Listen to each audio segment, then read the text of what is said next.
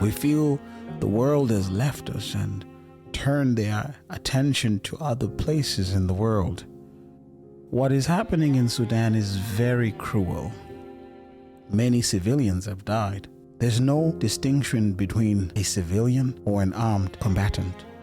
I was very frightened, scared. I thought, that's it. We're gonna die. There was no safe place, and you don't know where you can flee. Everywhere, there was a war. I've seen people dying, many people injured. This has really traumatized me personally and my family. They ask me, where is God? Some people who are internally displaced, I bring them back to my home because they don't have any place, even in the camps. People are living in mosques, in schools, in camps. Even some people are just living under a tree. Before, the Muslims were even afraid of being in a church.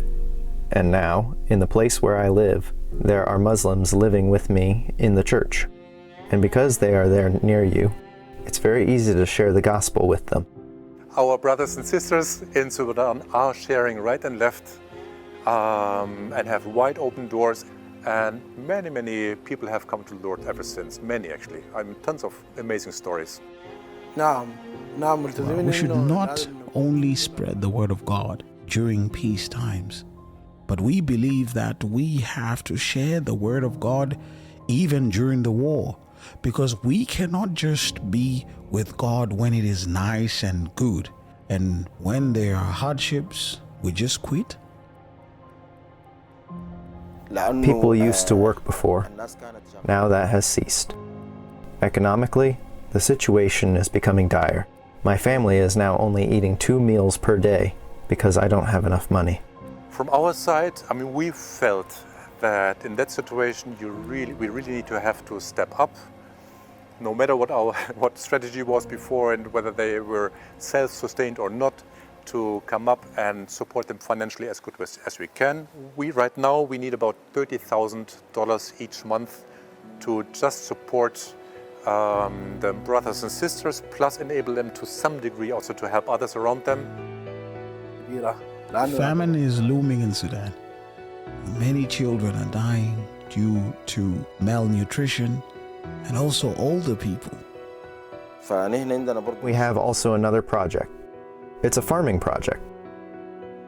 We can also use the product of this harvest and use it as food to help others. The team will interact with the workers who are working in the farm and share the gospel with them.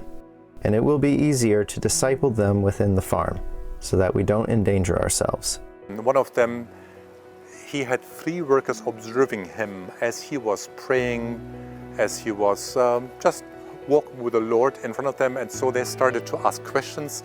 They went into Bible study as they were working together on the fields, and 3 of them believed and are now following Christ and are pulling another 8 with them and has started to already share with others.